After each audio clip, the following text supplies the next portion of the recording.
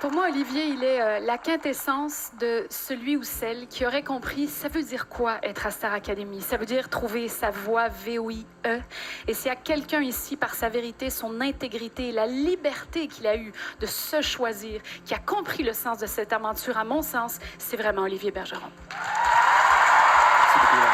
Je suis vraiment bien dans cette aventure-là, puis je suis satisfait du nouveau Olivier. Pas du nouveau, mais du Olivier, parce que je me cherchais tellement, puis fait que je suis content de m'avoir trouvé.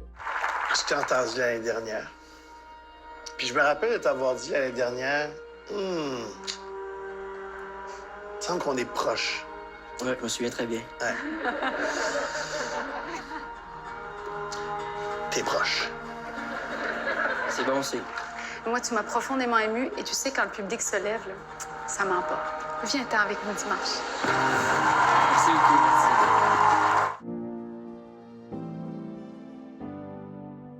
Mieux préparé, puis beaucoup plus mature aussi, pas fait d'attente, juste vivre pour le fun. Je pense qu'en 2021, Star Academy, c'était un peu ma porte de secours parce que j'étais tellement plus bien, je me disais, ouais, là, il faut que je fasse quelque chose qui va me motiver. Parce que, tu sais, j'étais en appartement avec une fille, puis je me suis séparé, j'ai lâché les études.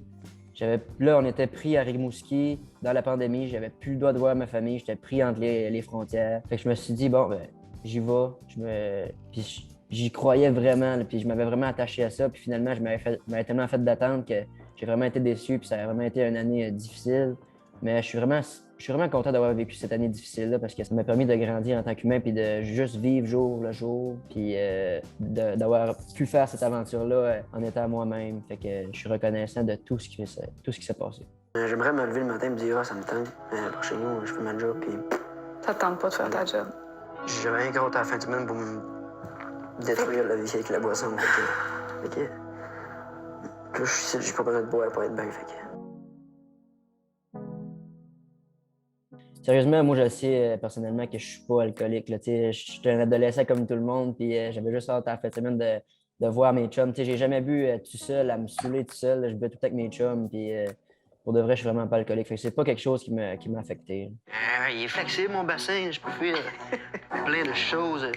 C'est le bamba, n'importe quoi. Everybody jump. Je sais que c'est pas vrai, là, je ne m'appelle. Il y a un peu de ça qu'il faut que t'amènes quand même. Hey, pas gay. Ben oui, mais il chante du calvaire, je peux pas. J'ai de la misère au calme.